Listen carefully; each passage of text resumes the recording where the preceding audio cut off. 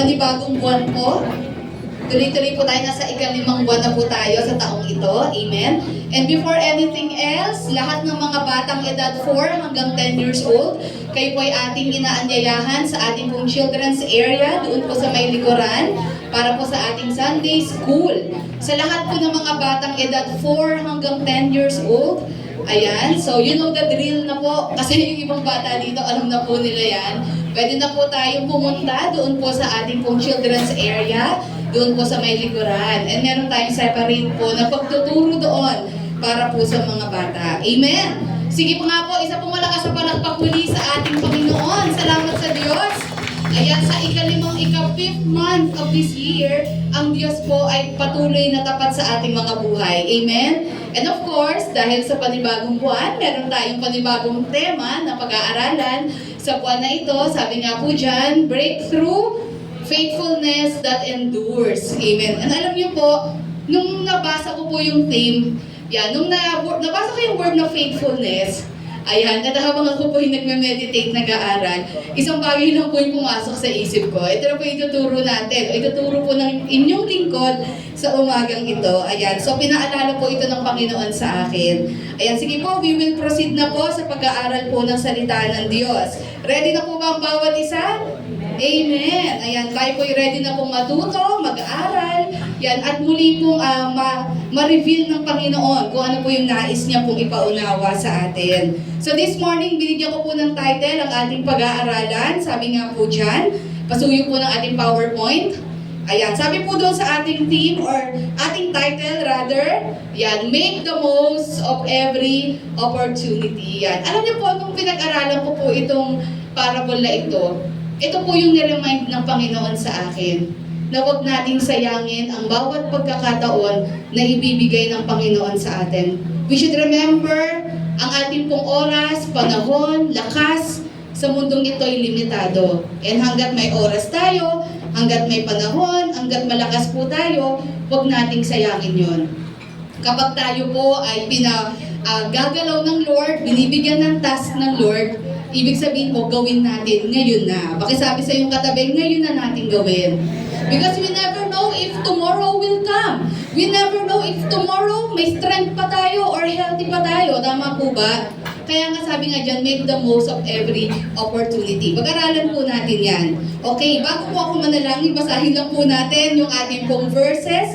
Sa umagang ito, mahaba-haba po kasi yan. In Matthew chapter 25 verses 14 to 30. Ayan, kung inyo pong natatanaw at nababasa po ninyo, sabayan niyo po ako sa pagbabasa. Sabi nga po dito, for it will be like a man going on a journey who called his servants and entrusted to them his property. Verse 15, to one he gave 5 talents, to another 2, to another 1, to each according to his ability.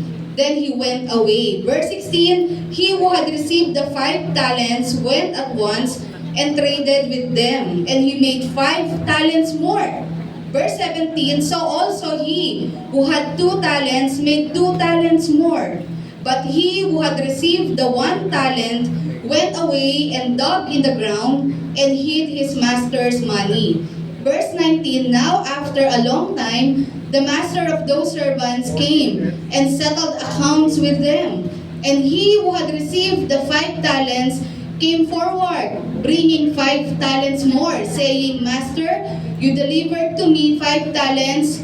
Here I have made 5 talents more.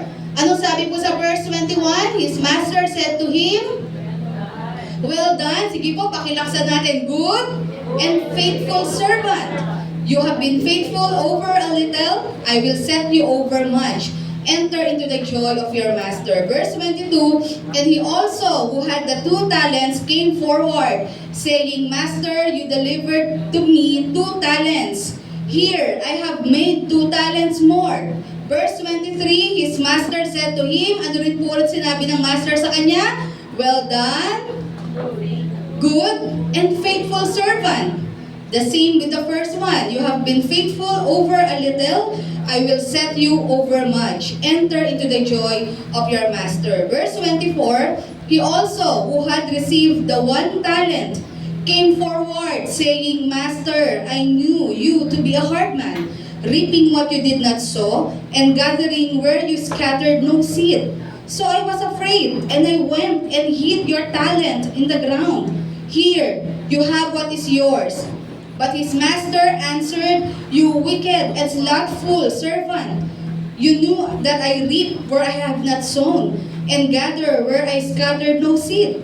Then you ought to have invested my money with the bankers, and at my coming I should have received what was my own with interest. So take the talent from him and give it to him who has 10 talents.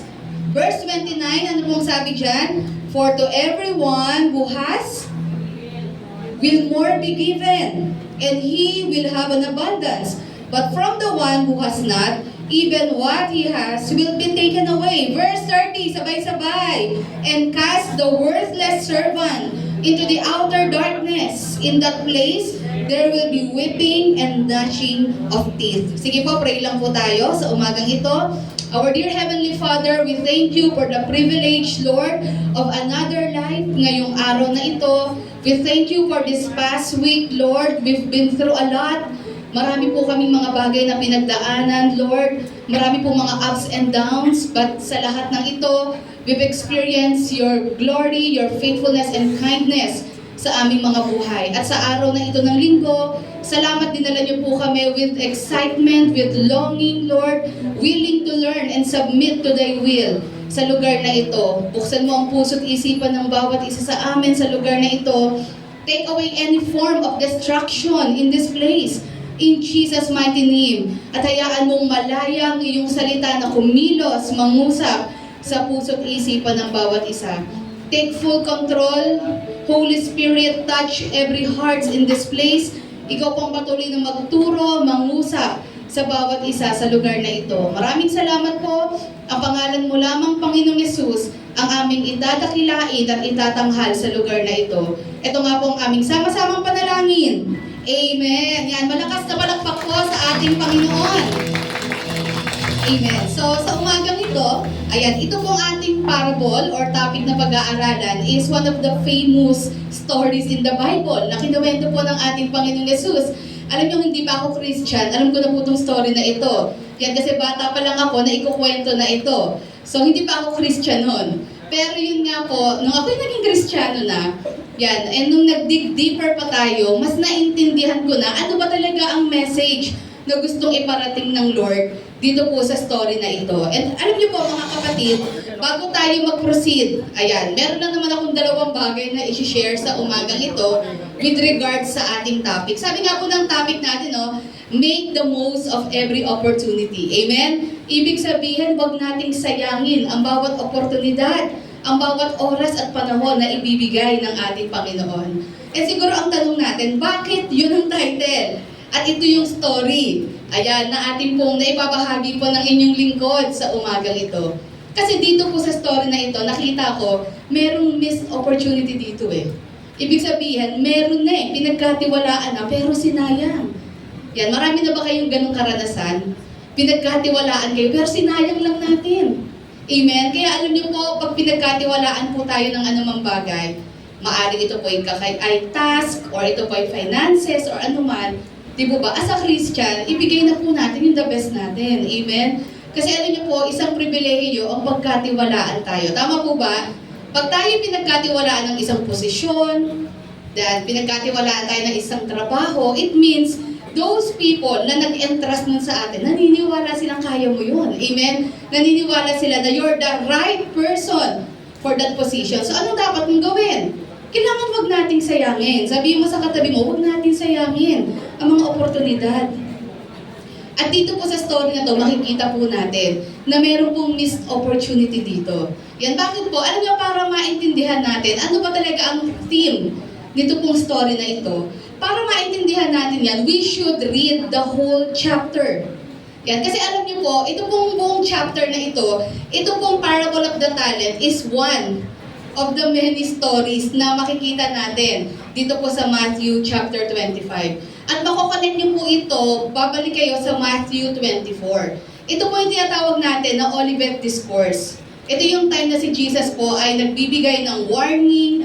Kasi ano to malapit na siyang ipako dito. Siya po ay nasa Mount of Olives, kaya Olivet Discourse. Nandun po siya sa Mount of Olives, nakaupo po siya, at siya po ay nagbibigay ng pahayag, pag nagtuturo, nagbibigay ng warning sa mga tao. Dito po niya ibinaba yung prophecies about end times.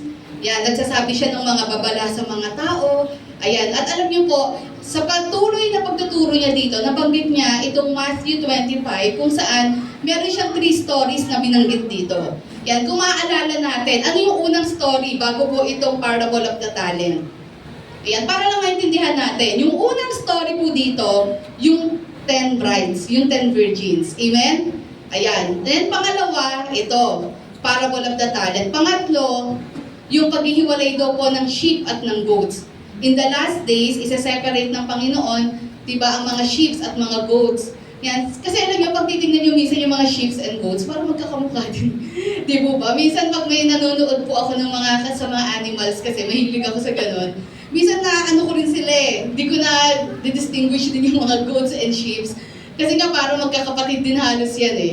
Parang same yung halos magkakasama din yan pag inaalagaan. Kaya sabi ko, in the last days, di ba doon sa pangatlong story, isa-separate daw yung mga goats sa mga sheep. So if you will analyze yung tatlong story na yan, yung tatlong parable na yan in Matthew 25, ano-ano po yung mga tema sa tatlong parable na yan? Pare-pareho yan eh. Meron silang na-miss na opportunity ng ating Panginoon. Doon sa parable of the 10 virgins, 5 lang doon ang nakapasok. How about the other 5? Hindi kasi nanatili yung yung lamp nila, yung apoy sa lamp nila. So sayang, andun ka na eh. Nasa pinto ka na. Di po ba? And itong pangalawa, pinagkatiwalaan. Pero anong nangyari? Imbis na ibigay yung the best, iukol yung oras, di po ba, magtrabaho, anong ginawa niya? Wala siyang ginawa. Inano niya lang, bukay lang siya, inilibing niya lang yung talent na pinagkatiwala ng Lord sa kanya. At sa pangatlo po, makikita po natin, ihihiwalay daw po ng Lord ang mga sheep at ang mga goats. Because bakit po? In the last days, sabi nga po daw, malalaman kung sino talaga ang totoong Kristiyano base saan? Sa bunga. Yung namumunga. Ibig sabihin, ang totoong Kristiyano will be fruitful. Ang totoong Kristiyano will have a manifestation, will have a transformation. Magre-reflect yan sa ugali, sa concern natin, sa ginagawa natin. Di po ba? Kaya ano po ang pinaka-point ng buong chapter na yan? Yun nga po na, huwag nating hayaang ma-miss natin yung opportunity kasi baka late na, baka huli na ang lahat. So, this chapter, along with Matthew chapter 24, speak about the end times. Amen. Ang nais pong sabihin ng Lord dito, yan, habang hindi pa siya bumabalik, ano ba ang dapat ginagawa nating mga naglilingkod sa Kanya? Ayan. So ito po talaga yung pinaka-theme niyan. Kaya po na-mention niya yung about saan po, sa mga stories na ito. It's all about readiness. Sabihin niyo nga po, readiness. Yung pagiging handa natin. Na dapat, ang sa Christian, meron tayo laging yung laging alert po tayo. Huwag natin iisipin, matagal pa naman babalik ang Lord, so kukuya-kuy muna ako. Saka na lang ako magseseryoso. Lagi nating isipin, any moment, anytime. When we least expect it, the Lord will return. Amen? Sabihin po natin sa katabi natin, the Lord will return. Kaya po natin pwedeng sabihin sa kana, siguro matagal pa yan, 6,000 years pa yan, ganyan-ganyan. No. Kailangan yung mindset natin ay Kaya nga, di ba, hindi sinasabi ng Lord kailan siya babalik. Kasi ang nais ng Lord, lagi tayo nag-a-anticipate. Lagi tayo nag-look forward. Lagi tayo nag-e-expect, di po ba, na siya babalik. So kapag meron tayong ganitong mindset, anong mangyayari po sa atin? Kapag ganito po ang mindset natin, ibig sabihin, wala tayong sasayanging oras. Amen? Sisiguraduhin natin na lahat ng gagawin natin will matter doon po sa langit, sa ating Panginoon. Sisiguraduhin natin, we will live a purposeful life. Amen? Na ang buhay, ang pamumuhay natin sa mundong ito, hindi natin sasayangin. Sisiguraduhin natin makakapagbigay tayo ng kaluguran sa ating Panginoon. Kaya nga po sa umagang ito, ang ating pag-aaralan at pag-uusapan is about being ready. And of course, pag sinabi kasi natin yung being ready and expectant sa pagbabalik ng Lord, kaakibat po dyan yung pagiging tapat Amen? Yung pagiging tapat natin sa ating Panginoon. Amen? Ibig sabihin, anytime na bumalik siya, manatili yung katapatan. Manatili po yung pagiging loyal natin sa Panginoon. Manatili yung fire natin sa Panginoon. And of course, yung excellence po natin pagdating sa paglilingkod sa Lord. Kaya nga po sa umagang ito, two things lang naman po ang nais ko pong i-share. Sabi nga doon, how not to miss opportunities. Paano ba natin masisiguro na wala tayong masasayang na oportunidad at pribilehiyo galing sa ating Panginoon? And there are two things po na nireveal ng Lord sa inyong pong lingkod. Number one, sabi nga po dyan, pakibasa po natin, ano pong sabi po doon? Stay busy working for the kingdom. Mapapansin niyo po, yung unang parable po, parable of the 10 virgins, ano po ang mensahe ng Panginoon doon? Kung isa-summarize lang natin, ang point doon ng Panginoon, mag-antay tayo. We should wait. Sabihin mo nga sa katabi mo, learn to wait. Antayin natin ang Panginoon. Pero ang tanong doon, pag tayo ba nag-antay sa Lord, uupo na lang ba tayo at titingala na lang ba tayo sa langit at sasabihin natin, Lord, kailan ka darating, titingin na lang ako dyan. Ganun po ba ang pag-aantay? Nakita nyo, ang galing po ng flow ng story ni Jesus dito. After niyang ituro yung parable of the 10 virgins na nagsasabi na dapat mag-antay tayo at sa pag-aantay natin, dapat ready tayo. Dapat yung passion, yung fire natin ay ano po, laging umaapoy lagi yung fire natin sa ating Panginoon. So sabi nga doon, sa first parable, it teaches us about waiting. Mag-antay tayo, anumang mangyari, anumang pagsubok, wag na wag mawala yung pag-asa natin sa ating Panginoon. Of course, sa mundong ito, marami tayong pagdadaanan, madi-discourage tayo, mawawalan tayo ng faith, to the point na halos mawala ka na ng paniniwala sa Diyos. Pero yun nga ang point doon nung parable of the 10 virgins, na ano man ang mangyari, huwag mawawala yung passion natin sa Panginoon sa kabila ng kaliwat ka ng mga pagsubok na darating sa atin. Because the Lord will surely come. Amen? Pinangako po iyan ng ating Panginoon. Pero sabi nga po doon, if you will notice the flow nung story po ni Jesus, after niya pong ituro yung parable of the 10 virgins, dito na po siya napunta sa pangalawa. Kinuwento niya na po yung parable of the talents. Di po ba? Ano naman ang message nito? Sabi ko nga kanina, pag nag-antay ba sa Lord, uupo na lang tayo, hihiga o matutulog at sasabihin, Lord, aantayin na lang kita, gisingin mo na lang ako pag nandyan ka na. Hindi ganon.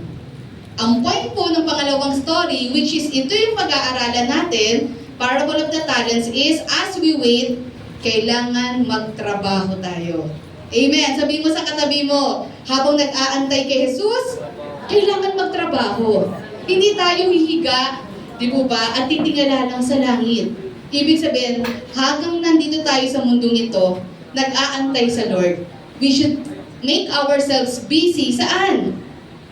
Sa kaharian ng ating Panginoon. Make ourselves useful, live a life of purpose, and make sure na yung gagawin natin ay ano po, nakakapagbigay ng kaluguran sa Lord. Sabi nga sa Matthew 25, verses 14 to 15. Yan, sabi dito, basahin ko po ulit.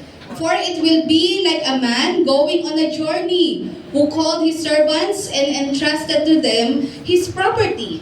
Verse 15, to one he gave 5 talents, to another 2, to another 1, to each according to his ability. Then he went away. Amen? So nakita po ninyo, no? Ang ating Panginoong Yesus, representing our Lord, di po ba, napansamantala niyang nilisan ng mundong ito, pero nangako siya na babalik siya anytime, di po ba? Nakita niyo, hindi nais ng Lord na wala tayong gawin. Nag-iwan po siya ng ano po, pinagkatiwalaan niya po ang bawat servants ng something na gagawin. Amen? Na dapat ito, pagkakatiwala ko sa iyo yan. So, ibig sabihin, nung pinagkatiwala ng Lord, ang mga bagay na ito sa mga servants na ito, anong gusto mangyari ng Lord? Kailangan magtrabaho ka. Kailangan mag-multiply yan. Diba? Kailangan mag-grow yan. Parang sa ano po yan sa negosyo, pinagkatiwala yan sa atin, kailangan mag-grow yan, lumaki yan. Diba ba? So, malinaw po dito na ang nais po ng ating Panginoon ay ano po, as we wait and anticipate sa kanyang muling pagbabalik, di po ba, dapat may ginagawa tayo, nagiging busy po tayo. Saan po? Sa kalooban ng Lord, sa kanyang kaharian. Okay, sabi nga doon, when we talk about God's kingdom and being busy. Yan, sabi kasi number one, kailangan maging busy daw tayo sa kaharian ng ating Panginoon. Kasi tulad nga no, pinagkatiwalaan ng master yung mga servants ng mga gagawin. Ayan, ano bang ibig sabihin nun? Pag sinabi pa natin staying busy in God's kingdom, ito po ba yung malilimita lang po ba natin sa mga aktibidades sa loob ng church? No. Minsan pag sinabing tayo daw po ay maglingkod sa Panginoon, iniisip natin, nakakonfine yun sa 4 na sulok ng church. When we talk about serving God, working for God's kingdom, hindi lang po yan yung mga bagay na ginagawa natin sa loob ng church. Ano pong ibig sabihin na we should stay busy for God's kingdom o working for God's kingdom? It means na bawat parte ng buhay natin ay pinapasakop natin sa rulership ni Jesus. Ibig sabihin, ang bawat ginagawa natin, bawat desisyon natin, ang pakikipagrelasyon natin, o kasama na pag-aasawa dyan, pagkakaibigan, ang ating mga trabaho, ang pag-aaral natin, ang negosyo natin, ano pa, even ang pag-uugali natin ay ipapasakop natin sa Kanya. Ibig sabihin, kailangan makita sa kabuuan ng pamumuhay natin na ang naghahari sa atin, hindi tayo, kundi sino po? Si Jesus. Nakikita yung pagpapasakop po natin. Kaya huwag natin isipin when we talk about working for God's kingdom, limited po yan sa ginagawa natin sa loob ng iglesia o sa loob ng church. Part po yan, but not necessarily yan lang. Amen? Kaya naman hindi rin natin pwedeng sabihin busy-busy tayo sa church. Di po ba? Pero sa labas, hindi naman natin na ipapakita na si Kristo'y buhay sa pamamagitan ng buhay natin. So paano tayo nag-work sa kaharian ng ating Panginoon?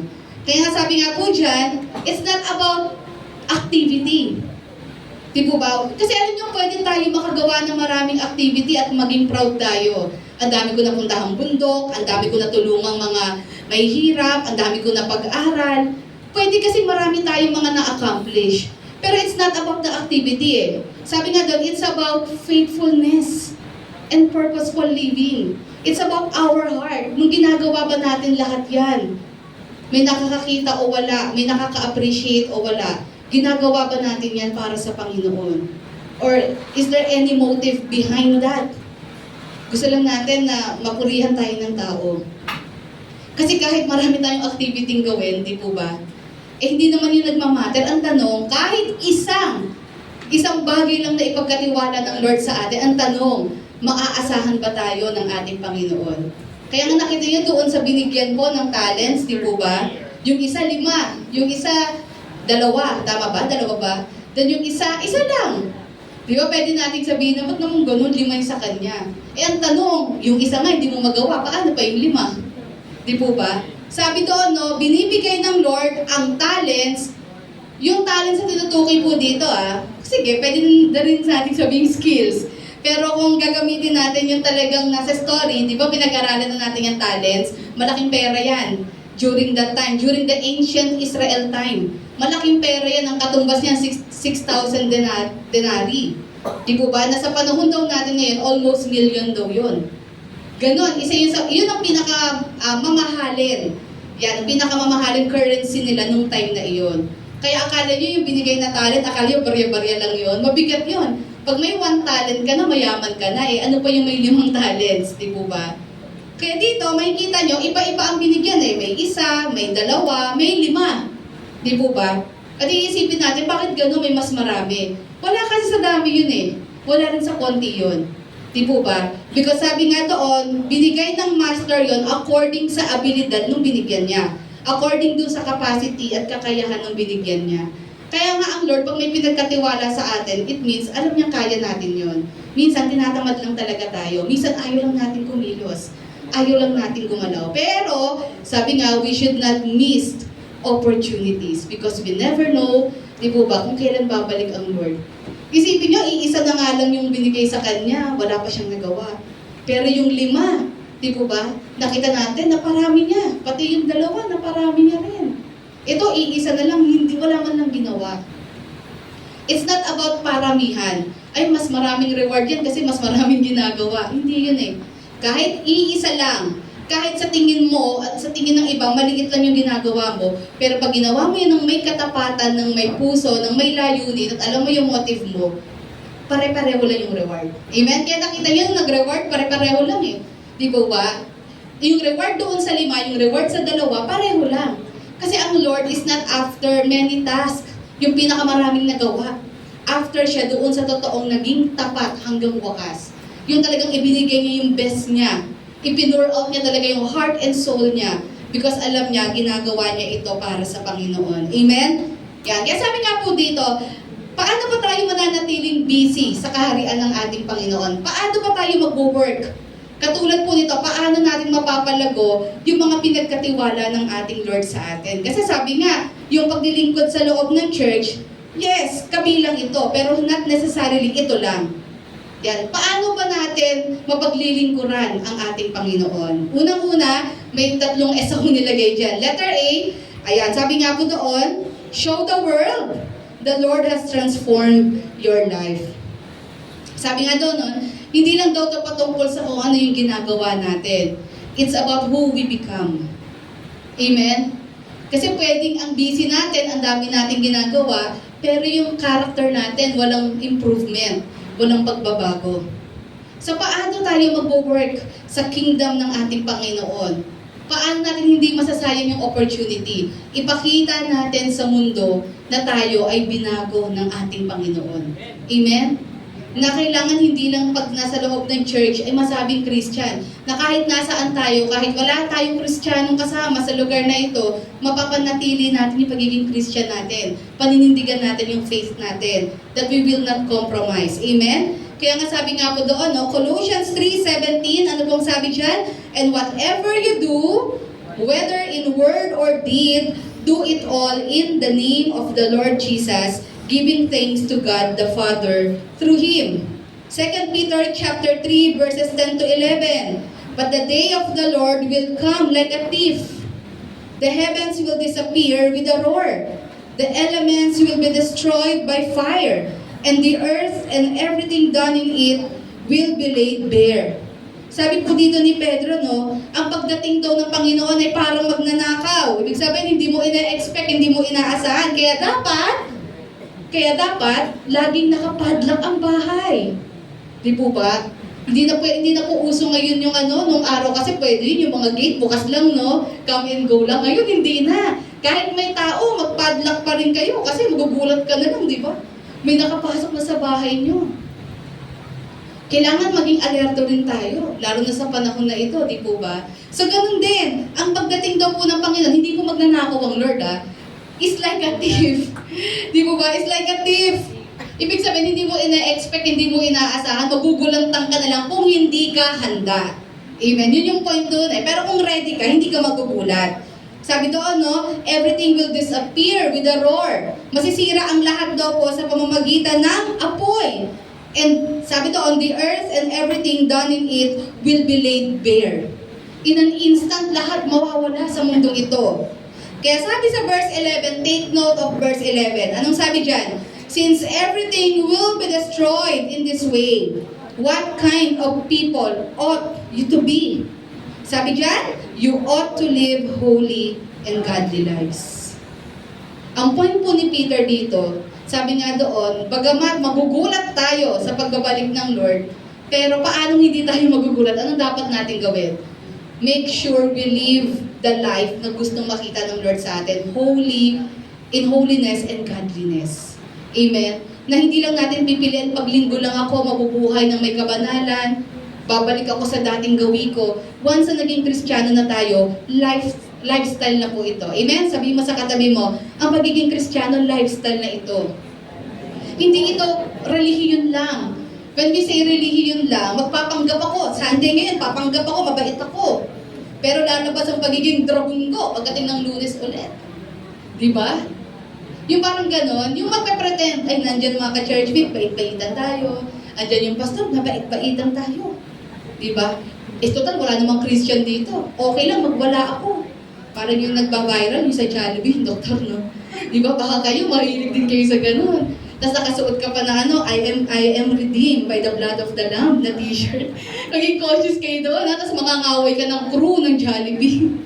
Tapos nakalagay, I am redeemed by the blood of the Lamb. Diba? Tapos just always pray at night. Tapos ang ingay-ingay mo sa fast food. Hindi kasi pwede yun eh. Pag naging Kristiyano tayo, hindi ito relihiyon. Hindi ito Sunday thing lang. Ito yan po, buhay na natin ito. Buhay na natin na mabigyan ng kaluguran ng Lord at ipakita sa mundo na binago tayo ni Jesus. Amen? Kaya sabi dito, no, since the Lord will come like a thief, sabi doon, biglaan, hindi mo inaasahan, anong dapat daw natin gawin? Ano yung paghahanda natin? We should live holy and godly lives. Amen? Na tayo mabuhay ng tama sa harap ng Panginoon. Sa paanong paraan? If you're working, maging honest tayo. Pag nagtatrabaho tayo, make sure may integrity tayo. Ibig sabihin no, may nakakakita o wala, gagawin natin yung tama. Amen. Ibig sabihin, hindi tayo magko-compromise. Ito po yun eh. Akala natin, pag sinabing tayo po ay maging busy sa kaharian ng Diyos, concentrated lahat sa church, nagmamatter dito yung principles natin, yung prinsipyo mo sa pagtatrabaho. Wala naman yung boss eh, wala naman nakakita sa akin. So, mag-social media na lang ako sa computer ko. Mamaya ako nagagawin yung mga trabaho ko. Eh di ba tinuruan tayo sa Bible that we should give our best, di po ba? Sa ating pagtatrabaho. Yun po yung pagsiserve. Ito po yung ano po, pagpapakita natin sa mundo na tayo tinransform ng ating Panginoon. This is one way of staying busy in God's kingdom. We are making sure na naa-apply po natin sa buhay po natin. Ang alin po, ang mga precepts, ang salita ng ating Panginoon. Pangalawa, ano po ang sabi dyan? Sabi niya po doon, how to stay busy in God's kingdom, we should. Number 2, ayan, next slide po. Yan, serve. Maglingkod po tayo. Ayan, sabi nga po sa verse po natin, 1 Peter chapter 4, verse 10. Each of you should use whatever gift you have received to serve others as faithful stewards of God's grace in its various forms. So pag sinabi natin paglilingkod, opo, pwede natin makonsider dito sa loob ng gawain sa church. Pwede tayong maglingkod dito, magpagamit tayo sa Lord. Kung ano mang talento at kakayahan na meron tayo. Huwag nating sayangin yan. Bakit tayo pinagkatiwalaan ng Lord ng ganitong talino, ng ganyang kakayahan sa pagtugtog? Bakit tayo pinagkatiwalaan ng Lord ng ganitong, natin, pakikipag-usap sa iba? It's because yan ay gagamitin ka ng Lord sa area na iyan. At huwag mong hayaang ma-miss mo yung opportunity na magamit ka ng Lord dyan. Di po ba? Huwag nating hayaang maibaon natin yung mga talento at kakayahan na yan na pinagkatiwala ng Lord sa atin. Bakit po tayo in-entrust ng Lord ng mga kakayahan na yan para gamitin natin to serve sa kanyang kaharian? Amen? Para paglingkuran natin at maging parte tayo ng mission ng ating Panginoon na alin po? To evangelize the world. To share the gospel to the whole world. Amen? At alam nyo, hindi lang naman po concentrated din yan dito sa loob ng church. Kung tayo po ay may mga iba't ibang skills, kakayahan, pwede po natin yan i-offer sa labas. Di po ba? Hindi natin ipagdadamot kung ano yung mga strength or mga skills na meron tayo. Di po ba? This is another way of staying busy for God's kingdom. Na tayo po mag-go extra mile to help others. Eh, nahihirapan siya dun sa ginagawa niya, alam mong kaya mo. Ay naku, ayokong tumulong dyan kasi baka mamaya maging umasa na yan sa akin. Yung mga ganun minsan, no? Minsan ayaw na lang natin mga alam kasi ayaw natin na nidistorbo tayo. Pero hindi natin alam na sa pamamagitan noon, we are making a difference sa pangalan ng ating Panginoong Yesus. Pwedeng yun ang entry point mo sa buhay niya eh. Diba? Kunyari, hindi naman kayo close. Nakita mo, kailangan niya ng tulong sa plumbing niya, doon sa kanyang mga sa mga gripo-gripo niya, eh medyo may alam ka doon. Di po ba? Hindi naman kayo close. Di po ba? Mali mo, yun yung maging entry point mo sa buhay niya. Parang dito ka mag-isip. Pag mong isipin na, sayang, matutulog pa ako. Sayang lang yung oras ko dyan. Tapos baka mamaya, kada may sira, ako na lang patawag. Di ba? Mali mo, hindi kayo close. Pero yun ang maging daan para maging close kayo. Na unti-unti, maging po yung kaparaanan ng Lord para ma-share mo ang love ng Lord. Amen? Perspective ba? Minsan kasi naiisip agad natin, di ba? Yung taking advantage. Although hindi nawawala yun. There are some people na nagtitake advantage, di po ba? Meron kang kaklase na nahihirapan sa subject, eh magaling ka doon. Di po ba? O pwede mo siyang tulungan, malay mo, hindi lang entry point mo sa kanya. Tandaan mo pag nakatulong ka sa taong iyon, di po ba? At may shinare ka sa kanya, makikinig yan sa'yo. Siyempre, may utang na loob sa'yo. Kaya sa simula, medyo makikinig yan sa'yo dahil nga may naitulong ka sa kanya. But you never know, as you share the love of God doon sa taong iyon, di ba? Kasi naging naging stepping stone mo yung pagtulong mo, hindi mo alam kung anong ginagawa ng banal na Espiritu sa kanya, di ba? Nung kumikilos ang Lord sa buhay niya. So ikalawa, sabi doon, we should serve. Huwag tayo maging tamad, maglingkod po tayo. Ipagamit natin ang buhay natin, ang hininga natin, ang lakas natin sa anumang kaparaanan. Para maglingkod po sa Panginoon sa pamamagitan ng paglilingkod. Kanino? Sa kapwa natin. Kasi alam nyo, when we talk about serving God, it is actually serving other people. When we serve other people, we are serving the cause of Christ. Amen? Because alam naman natin, ang Panginoon, He is all sufficient. Amen po ba? Yan. Pangatlo, sabi doon, paano ba tayo nananatiling busy sa kaharian ng ating Panginoon? Ano sabi po sa letter C? We should share. Ayan. Ano pong share yan? Sabi sa Hebrews 13:16, do not neglect to do good and share what you have, for such sacrifices are pleasing to God. We are busy working in the kingdom of God kapag tayo po'y marunong mag-share. Ano ba mga bagay na sinishare? Mga bagay na meron tayo? Word of God. Amen? Na patuloy nating ibahagi po ang salita ng Panginoon. Alam niyo, minsan kasi pag tayo po ay nag-share ng Word of God, hindi naman kailangan kasi very churchy agad ang dating natin. Ayan. Di po ba? Minsan nagsisimula yan sa simpleng kwentuhan. Yung iba, kaya ayaw lumapit sa atin. Kasi medyo intimidated agad sila sa approach natin. Ikaw ba naman, pag nilapitan mo, binasahan mo agad ng Bible. Di ba kahit ako, nung daw Kristiyano, nung binasahan ako ng Bible, kinabahan din ako eh. Parang ayoko na makita yung taong yun. Parang feeling ko, sukdulan ng kasalanan ko. Ikaw ba naman, basahan ka, na pagharap ko, binasahan ka ng Bible. Hindi naman kasi kailangan ganun eh. Di po ba? Dadating din dyan. Di po ba? Pag nag-share po tayo ng gospel, simple lang eh.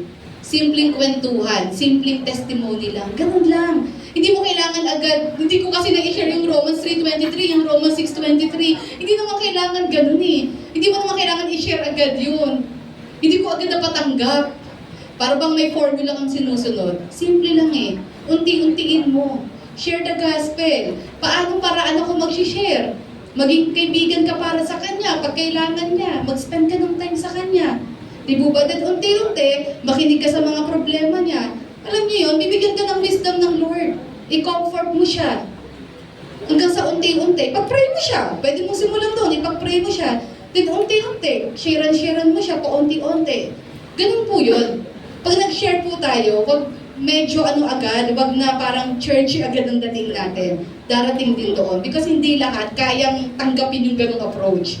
Di po ba? Mabibigla sila. Ito po ay pagsiserve din sa kaharian ng ating Panginoon. Amen? Technique ba? Kailangan ganun strategy din.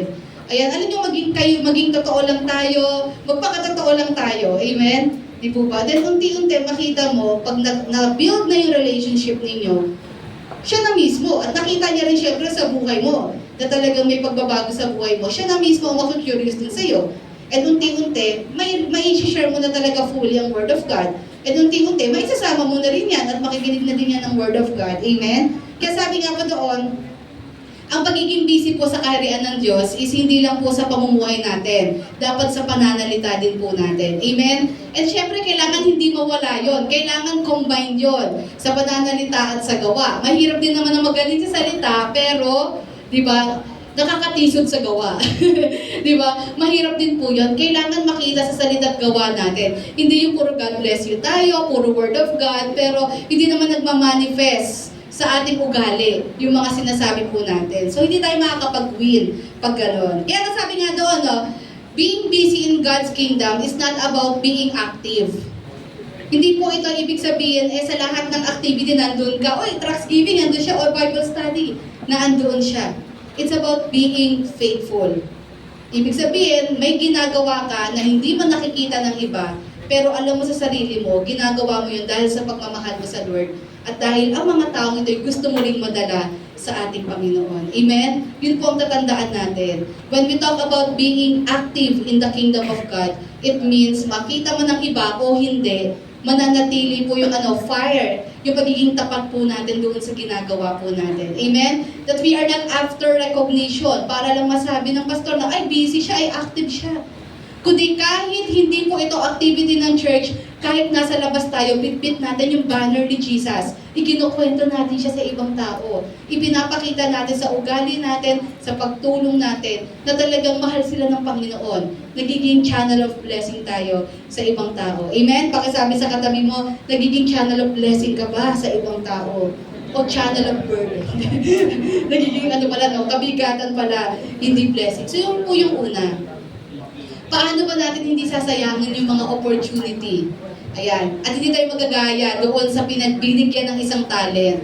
Sabi nga doon, maging busy tayo sa kaharian ng Diyos. So basically, in everything we do, inside or outside the church, wherever we are, we should proclaim the Lord in our actions and in our words. Amen? Makita po sa lahat ng ginagawa natin, lalo na sa tahanan natin.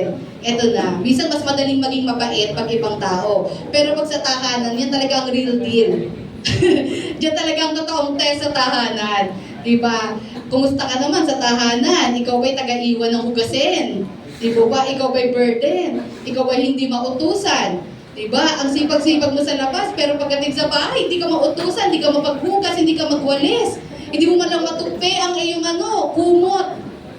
Minsan natin naiisip, parang simpleng bagay lang yan, pero nagre-reflect doon yung ugali natin. Kaya nga sabi nila, kung gusto mo makita ang totoong ugali mo, tignan mo yung ugali mo sa bahay.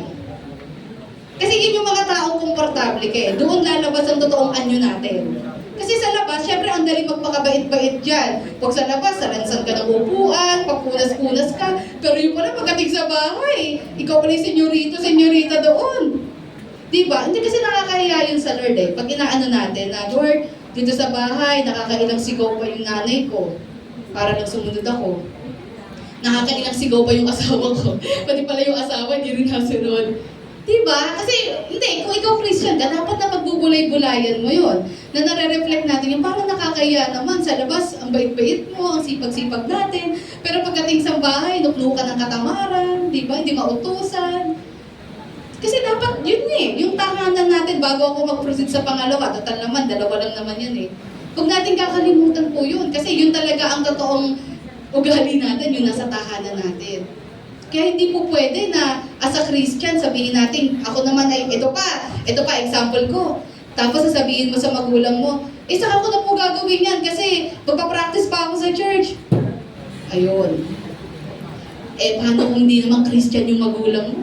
Ang sabihin. Nagiging pa yung church, nagiging hadlang pa yan sa'yo, di ba? Imbis na makitaan ka nila ng pagbabago, naiisip nila, nagiging yan.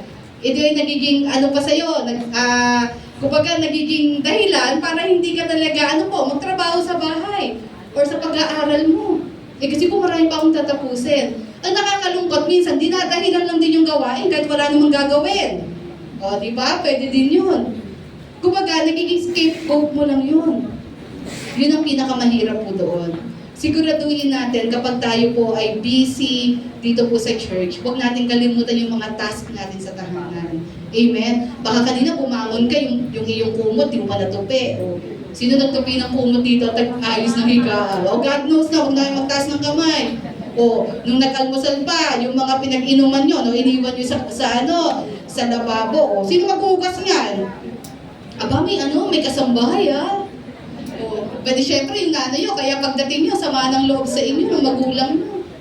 Kasi, lahat, initsya mo lang doon Hindi ba? Kasi ito mga kapalitandaan po natin sa pagsiserve natin sa Lord, lalo na sa tahanan natin, ito yung madalas nakikita kong problema. Huwag natin kakalimutan yun. Hindi po pwede, sabihin natin napaka-galing ng performance natin sa labas. Magaling ka sa school, magaling ka sa church, maaga ka. Pero kung sa bahay naman ay pasaway ka, wala rin use yun. Nagpapakitang tao lang tayo pag ganun. Ang totoong ugali natin makikita sa tahanan. Sino ka sa mata ng nanay mo, ng tatay mo, at ng mga kapatid mo. Yun yung katotohanan. So mag-reflect po tayo doon. Bakit? Because we are not serving the purpose of God. kung hindi naman po tayo nagiging maaayos na anak, asawa sa tahanan natin. Kung may nasisira tayong relasyon sa tahanan, samantalang sa church, parang ang ayos-ayos po natin. Amen? Doon magsisimula ang lahat.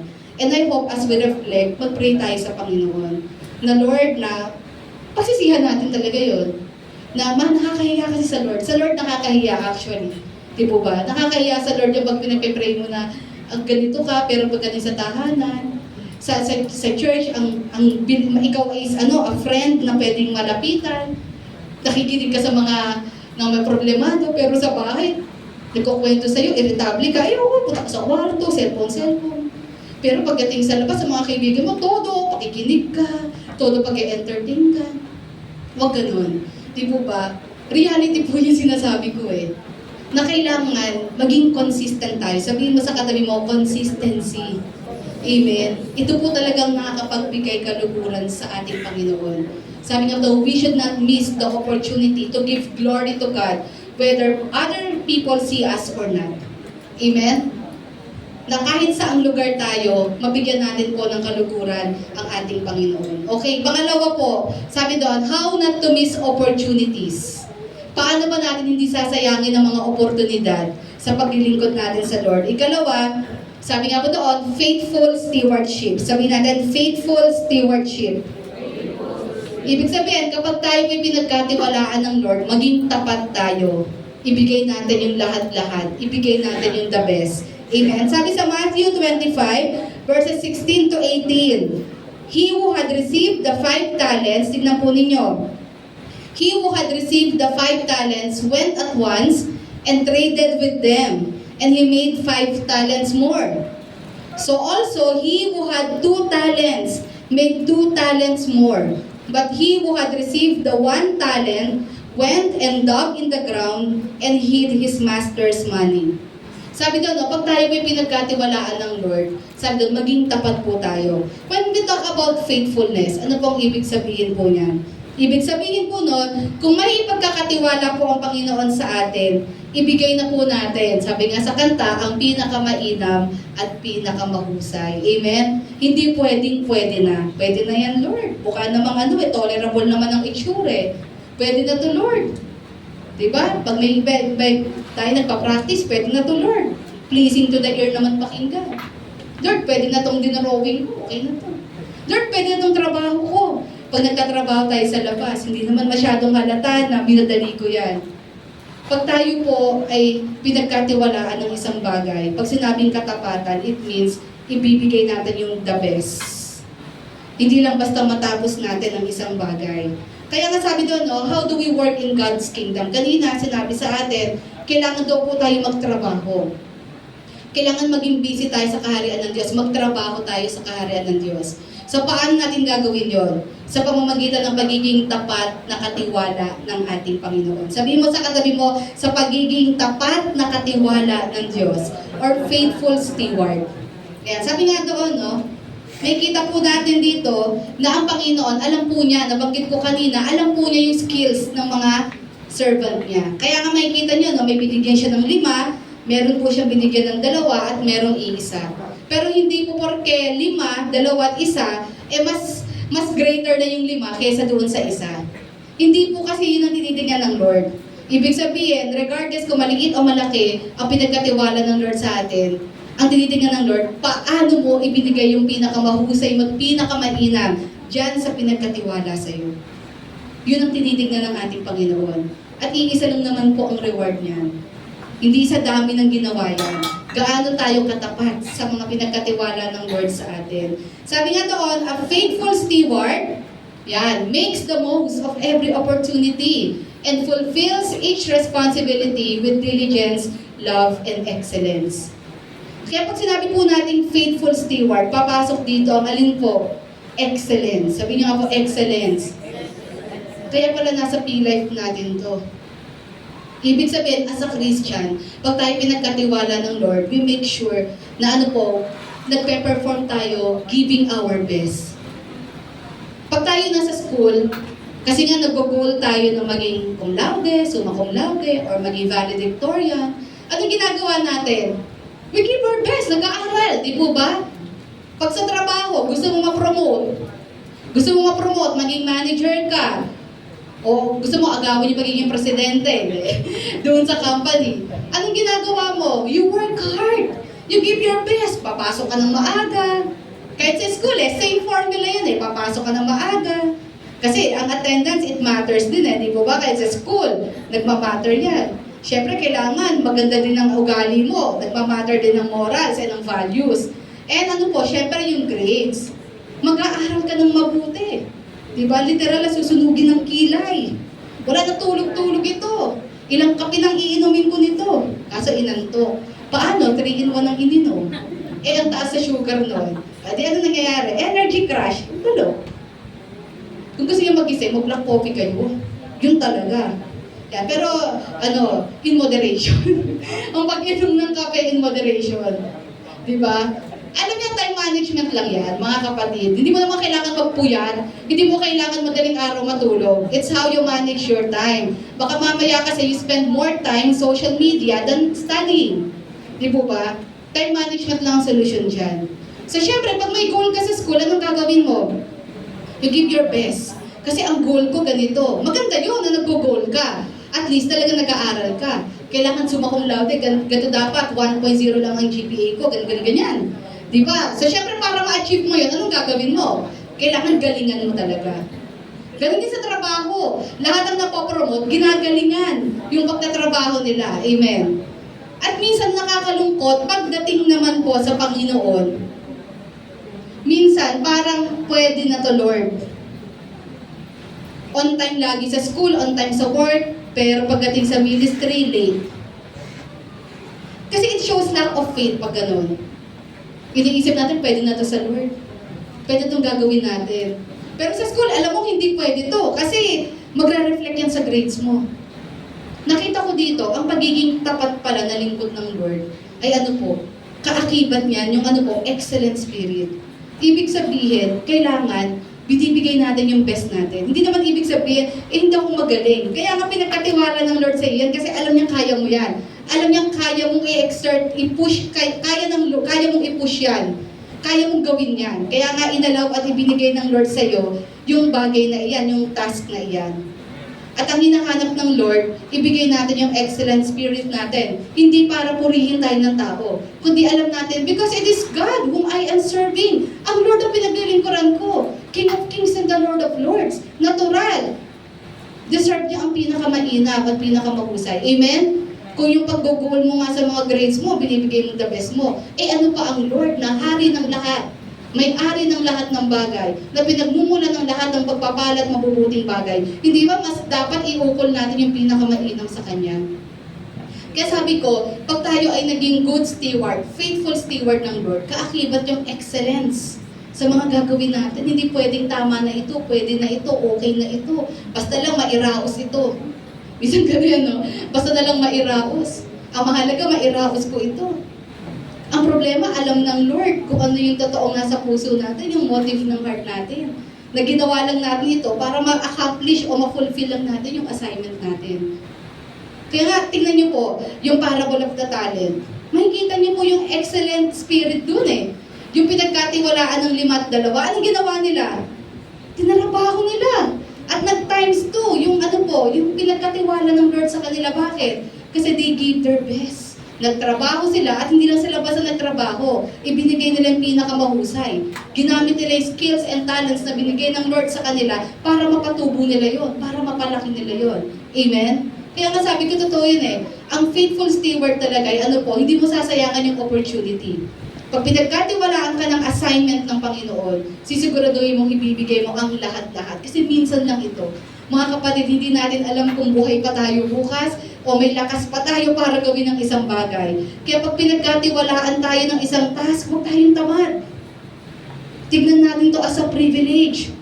Tayuan natin to, panindigan natin ito. Lord, I know kaya ko to because pinagkatiwala mo ito sa akin. At dahil ikaw ang Diyos na mabuti sa buhay ko, hindi ko kayang suklian ang ginawa mo. But I will make sure, according sa strength, power, and skill na meron ako, I will give my all para sa task na ito. Amen? Yung po ang faithful steward. At hindi ka nag-aantay ng hindi ka nag-aantay ng commendation ng tao. I-comment ka man ng tao o hindi, it doesn't matter. Ang mahalaga sa'yo, ang papuri ng Panginoon. Tama po ba? Yun ang faithful steward. Kaya sabi nga po doon, no, hindi lang basta magawa o matapos yung gagawin, kundi seryoso. At syempre, ito yung dapat formula na hindi mawala. Bukod sa excellence, love. Sabihin nyo nga po sa katabi nyo, love. Maganda yun eh. Na ginagawa mo to, giving your best, at the same time, kaya mo binibigay mo yung best mo out of your love para sa Panginoong Jesus. Amen? Dahil mahal mo siya, kaya mo ibinibigay ang pinaka-the best mo na paglilingkod para sa Kanya. Ayan, sabi nga po doon, next natin, ayan, mga takeaway ko ito, the authenticity of our faith is revealed in how faithfully we steward what belongs to God. Ayan, sabi nga doon, no, the authenticity of our faith is revealed in how faithfully we steward what belongs to God. Dito natin makikita po talaga na totoong tayo ay lingkod ng Panginoon. Ayan, sa paanong paraan po, kapag tayo po yung nagiging mabuting katiwala ng Lord. Tingnan niyo po, yung pangatlong servant, ilan po ang pinagkatiwalang talent sa kanya? Iisa. Iisipin natin ang iisa na nga lang yun. Sa isang tapat na lingkod, yung iisang pinagkatiwala na yun, precious yun. Kasi isipin mo, no, Lord, sino ba naman ako para pagkatiwalaan mo? Tama po, di ba? Sino ba tayo para pagkatiwalaan ng Lord? Eh, ang buhay natin, kung babalikan natin, tayo nagkulang nagkasala sa Diyos. Pero, andito tayo ngayon, niligtas ng Panginoon. Hindi lang yun, pinagkatiwalaan pa tayo at binigyan ng Lord ng privilege. Na ano po, binigyan pa tayo ng Lord ng privilege na maglingkod sa Kanya. Kaya sabi nga po doon, no, kung ikaw binigyan ng isang task, di ba, anong gagawin mo? Anong ginawa po ng servant na binigyan ng isang talent? Naghukay. Ibinaon niya, wala siyang ginawa. Iisa na nga lang yun, hindi pa niya hindi pa siya nagtrabaho. Ano kayang problema sa tingin niyo? Bakit wala siyang kaamor-amor, wala siyang motivation at all to work na mapalago yung pinagkatiwala ng master? Pinakita lang niya na hindi siya totoong lingkod. Kasi ano pong ibig sabihin nun? Ang totoong lingkod ng Panginoon, hindi idle. Hindi ka sanay na walang ginagawa. Kapag ikaw ay totoong Kristiyano, alam mo na meron kang task na dapat gawin. Amen? So yun na lang, how faithfully we steward what belongs to God. Ayan. Di po ba? Kaya nga po tayo, alam nyo, huwag niyong isipin wag kayong tumingin lagi sa ibang tao. Ba't siya ganito yung meron siya, ganito. Pag tayo binigyan ng Lord ng iisa, hindi mahalaga kung ilan yun. Yung iisa na yan, paano mo i-cherish yan? Paano mo aalagaan yan? Paano mo palalaguhin yan? Paano mo ibibigay yung the best mo sa nag-iisa na yan? Tandaan mo, sa rewarding ng Lord, pantay-pantay lang. Amen? Because God is after yung faithfulness natin sa mga pinagkatiwala niya sa atin. Pagpapakita ito na yung isang servant, na ano pong sinabi, na naghukay, ibig sabihin, hindi niya pinagkakatiwalaan maigi yung master niya. Hindi niya mahal yung master niya. In fact, inaccuse pa nga niya masama kang tao, ganun pa, diba? Kaya wala akong ginawa sa binigay mo sa akin kasi masama ka, unfair ka. Yun ang sabi niya. Eh, ang lilaw-lilaw sa umpisa, sino may-ari ng mga talents na yon? Yung master. At pinagkatiwala niya lang. Doon saan po? Doon sa mga servants niya. Tapos, ganun yung kanyang boldness para sabihin, kaya wala akong ginawa dyan kasi masamang tao ka, unfair ka. Sabihin, may sama pala ng loob mo. Siguro sabi niya, ba't kasi iisa lang binigay mo sa akin? Tapos sila, 5, ganyan. Wala akong gagawin dito. Kasi ganito lang. Gusto mo marami ka palang gawin. Pero binigyan ka na marami, di mo naman nagawa.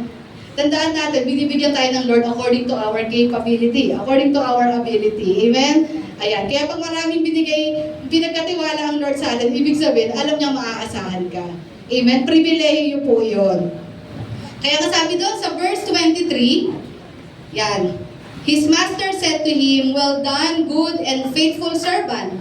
You have been faithful over a little, I will set you over much. Enter into the joy of your master." At makikita niyo po, sinabi niya ito doon sa dalawang servant, yung binigyan ng 5 talents at binigyan ng 2 talents. Amen?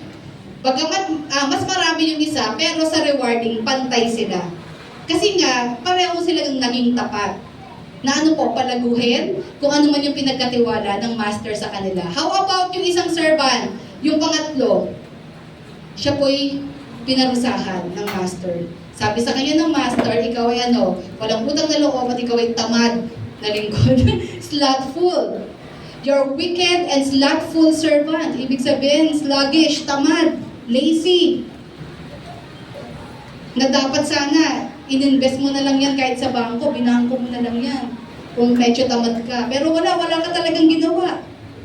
Pero yun nga, sabi ko sa inyo, bakit ganun yung ugali nung pangatlong servant?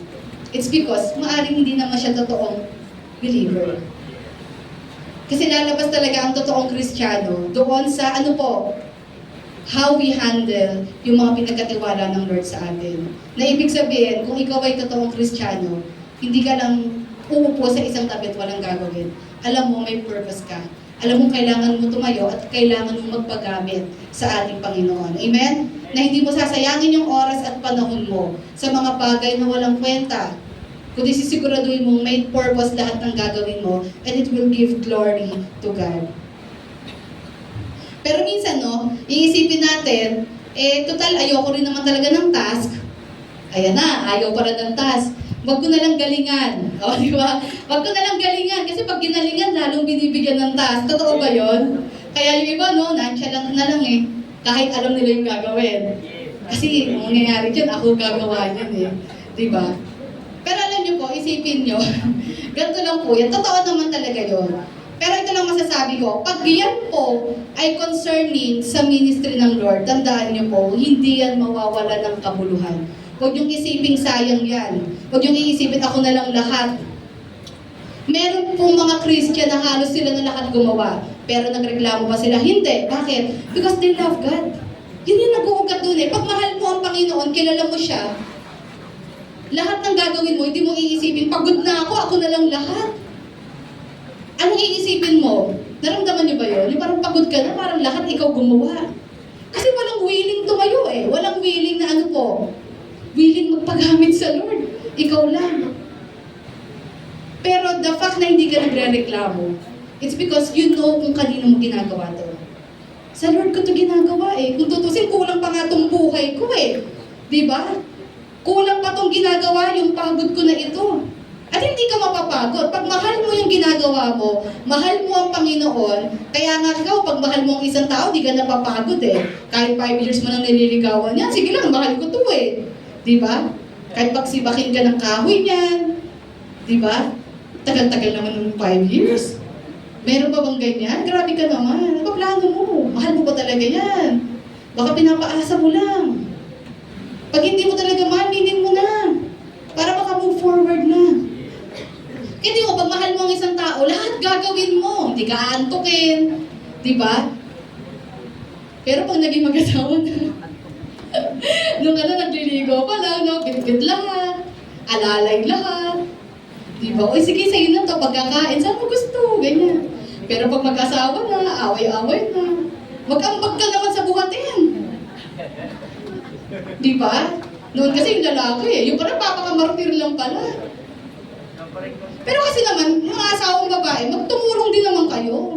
Hindi ba kayo Disney princess eh? Ano gusto nyo? Lahat siya ang bubuhat yan. Kahit lalaki yan, no? May hangganan din ang lakas niyan. Tumulong-tulong din tayo. Pagka naging mag-asawa, practicality na. Amen?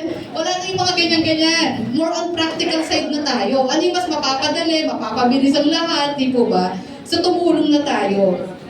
Anyway, yun nga, ang point ko po dito, kapag mahal mo ang isang bagay, mahal mo yung tao, masaya mong ginagawa ang lahat ng bagay. Amen? Hindi ka nakakaramdam ng pagod. Hindi mo binibilang yung ginagawa mo. Ako na lang lahat gumagawa dito, ako gumawa nito, ako tumapos ito, ganyan. Tapos i-enumerate mo, anong gusto mo sabihin sa Lord? Lord, ito na ginawa ko, parang ako na lang lahat gumagawa. Pag mahal mo ang Panginoon, hindi mo binibilang yun. Kasi lagi mong babalikan ang katotohanan na hindi nga natin kayang suklian yung pagpapatawad at pagliligtas na ginawa niya sa atin. Kahit dito, masaya nating gawin ito ng ano po, nang hindi tayo nagre-reklamo. Pero syempre sa iba naman, huwag naman laging ganyan. Ano gusto niya sa pagbabalik ng Lord, wala pa rin kayong gagawin. Pag alam mo, you're the right person sa bagay na iyan, alam mo may kakayahan ka, step forward. Oh, step forward. Sino marunong gano'n, no? Nagtawag agad. Sino magaling mo dito? Di ba? Hindi na kailangan itulak. Minsan yung iba tutulak pa eh. Pag alam mo may kakayahan ka sa isang bagay, ipaggamit mo yan sa Lord. Pag mo laging isipin na tao pinaglilingkuran mo, Lord ang pinaglilingkuran natin. Kaya sa iba dyan, kung marami ka na at punong-puno ka na ng ginagawa, huwag ka na magreklamo. Magpasalamat ka sa Lord sa privilege na magamit tayo ng Panginoon. Amen? Ayan, kaya sabi nga po doon, at sa iba naman, ayan, sige kayo. Sabi nga dito, yung nag-iisang talent, kinuha ng Lord at binigay pa doon sa iba. Nadagdagan po tuloy yung trabaho ng isa. Kasi kinuha doon sa iisa na nga lang kinuha pa. Pero ang point po ng Panginoon dito, kung ano man yung kakayahan na meron tayo, pwedeng kunin yan ng Lord sa atin, ibigay sa iba. Amen? Kasi hindi mo naman kumbaga nai-stack lang. Kaya tingnan nyo, ang isang kakayahan na nai-stack lang, ano nangyayari? Nawawala din eventually. Kapag hindi mo na-nurture yan at hindi mo pinapagamit yan, ano nangyayari? Nakakalimutan.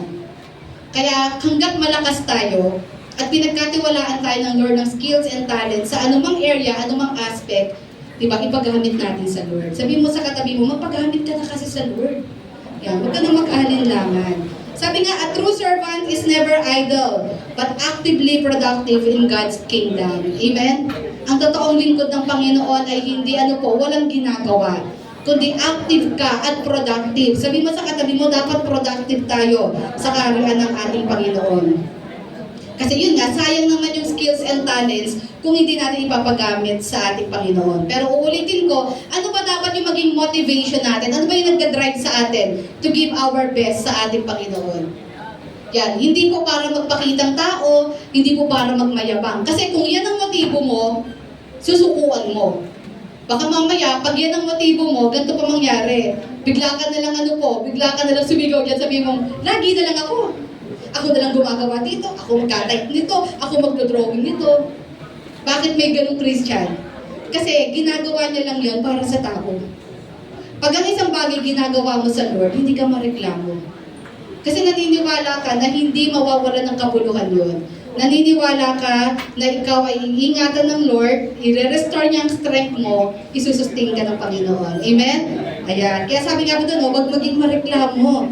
Ayan, siguraduhin natin na yung ginagawa natin out of a willing heart. Isang pusong punong-puno ng pag-ibig. Kanino? Sa ating Panginoong Yesus. Verse 29, pakibasa po natin, next slide, sabay-sabay natin basahin. For to everyone who has will, more be given, and he will have an abundance. But from the one who has not, even what he has will be taken away. Kaya sabi doon, God will not reward us based on how much we have done, but on how faithfully we have worked. Next slide natin, whether we are given fewer or greater tasks. Sabi nga po doon, ang reward ng Panginoon sa atin ay hindi sa pinakamaraming ginawa. Sino ba yung pinakamaraming ginawa sa ministry? Hindi yon. Ang i-reward niya, Lord, sino yung pinakatapat doon sa pinagkatiwala sa Kanya? Whether iisa yan, 5 yan, 2 yan, or marami yan. Ang titignan ng Lord, yung naging tapat sa pinagkatiwala ng Lord sa Kanya. Kaya sa pagtatapos po natin, tayo may tumayo sa umagang ito. Ayan, sabi nga po sa Luke 19, verse 13, and he called his 10 servants and delivered them 10 pounds and said unto them, occupy till I come. Meron ding similar story po niyan in Luke 19. But actually, magkaiba po yan sa parable of talents. Ito pong parable of 10 minas. Magkaiba po yan. Ibang story po yan na binanggit ng ating Panginoong Yesus. Gustong-gusto ko po yung sinabi ng Lord dito sa bandang huli, ng Luke 19:13. Sabi niya dito, occupy till I come. Ano pong ibig sabihin ng Lord doon? Maging busy tayo sa Kanyang kaharian hanggang sa Kanyang huling pagbabalik. Occupy till I come. Amen? Huwag nating sayangin ang mga panahon at oras. Tayo pong mga tao, limitado po ang oras natin at panahon sa mundo nito. Hindi po tayo immortal. Amen? May hangganan po tayo, nagkakasakit po tayo, humihina ang pangangatawan natin. Hanggat tayo may lakas, may hininga, let us give our best to God. Kaya dito habang inaaral ko ito, natutunan ko ang pagiging tapat na lingkod ng Lord. kasama na po dyan talaga ang ang pagiging excellent in serving Him. Na alam mo, hindi pwedeng-pwede na. You make sure you give your best. Lahat-lahat. Wala kang reservation para sa ating Panginoon. And syempre, when we say faithful servant of God, it means yung paglilingkod natin ay hindi nakatingin sa tao. May nakakakita man o wala, ibibigay pa rin natin yung the best natin. Kasi alam natin, ang Diyos nakikita tayo 24/7. At siya naman ang totoong rewarder. Ang pagiging faithful servant is about integrity. Ibig sabihin yun nga po, nasabi ko kanina, may makarecognize o wala, maka-appreciate o wala, same amount pa rin or energy pa rin yung gagawin natin. At ito po yung hinahanap ng Lord sa atin sa umagang ito. Nasa paglilingkod po natin sa Panginoon, sa pag-aalay po natin ang buhay natin, sa anumang klaseng paglilingkod ang gagawin natin para sa kaluwalhatian ng pangalan niya. Gawin po natin, ibigay natin yung the best natin with integrity. Yan, for the glory of His name. Sabi nga, we do not just wait for the second coming of Christ, but we also work by being productive and faithful servant of God's kingdom. Amen? Naalala ko po bago tayo mag-pray sa umagang ito, katulad po ng dalawang klase ng nanay. Yung isang nanay po, siya po ay literal nasa bahay lang. Housewife. Ayan. Samantalang yung isang nanay naman po, siya po ay missionary at nakakaikot sa buong mundo. At iniisip nung nanay sa bahay na hindi ako makapagbigay o makapaglingkod sa Lord kasi hindi ko maiwan yung bahay ko, yung tahanan, yung mga anak ko. Buti pa siya, kaya niyang umikot sa buong mundo, kaya niyang bitbitin yung mga anak niya. Mga kapatid, tandaan po natin, ang paglilingkod sa Lord, iba-iba po kasi yan. Itong nanay na naiiwan sa bahay, pwede pa rin naman siya maging faithful steward ng Lord. Maaring ang calling niya kasi is mapalaki niya ng maayos yung mga anak niya na may takot sa Diyos. At siya'y maging pagpapala sa mga kapwa nanay doon sa lugar niya. Samantalang itong missionary, yun maaari ang calling ng Lord sa kanya, na i-explore niya ang buong mundo, pumunta sa iba't ibang lugar at i-share ang Word of God. Mukhang magkaiba man ang task nila, pero ang hinahanap ng Lord doon, sino yung mag-i-stick doon sa pagiging tapat sa Diyos? Sino yung gagawin niya pa rin yung the best niya? Whether maliit o malaki, sa mata ng tao yung task, ibibigay pa rin niya yung the best niya. Yun po yung pagiging tapat na lingkod o katiwala ng ating Panginoon. Amen? Kaya sa umagang ito, I pray po na pag tayo po nag-serve sa Lord, maliit o malaking bagay sa tingin natin, Kasi tandaan nyo, wala namang maliit malaking bagay sa Lord, lahat yan mahalaga. Amen? Pero sa perspective natin, maliit o malaking bagay yan, pag tayo pinagkatiwalaan, sagarin na po natin, seryosohin na natin, ibigay na natin yung pinakamainam sa ating Panginoon. Amen? At sa umagang ito, bago po ako manalangin, awitin lang po natin itong awit na ito. Yan, ito pong awit na ito ay gawin po natin panalangin sa ating Panginoon. Panalangin ng paghahandog sa ating Panginoon.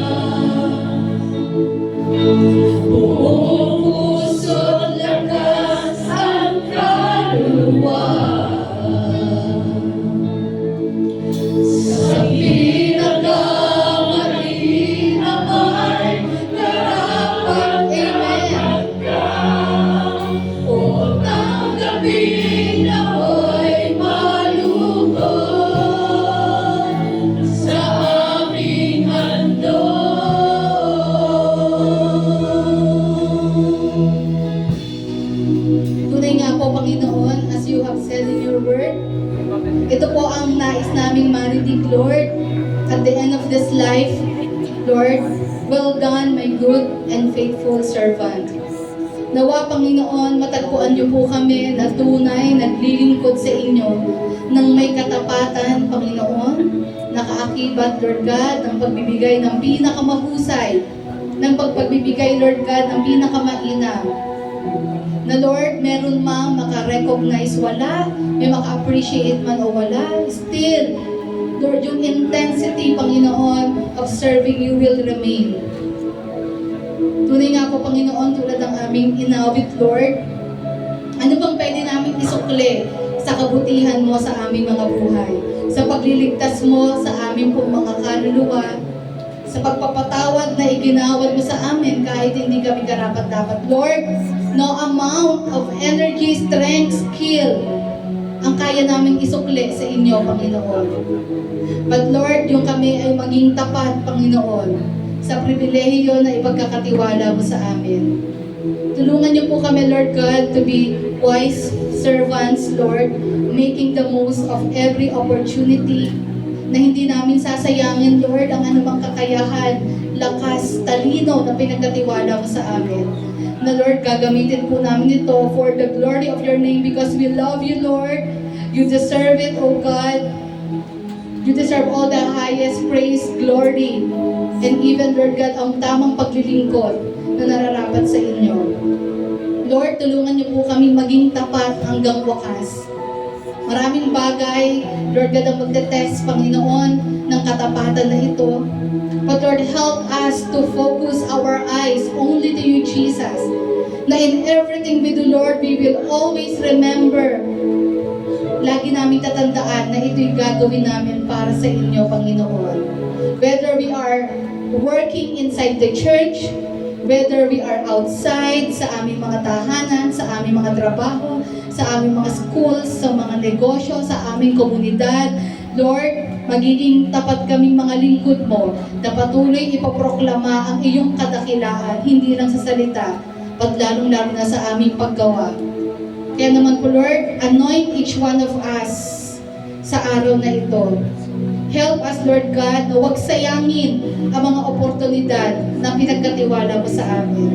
And Lord, hanggang sa huling hininga namin, we will work, we will serve you gladly, Lord, with joy in our hearts, because we want to hear those very words from you.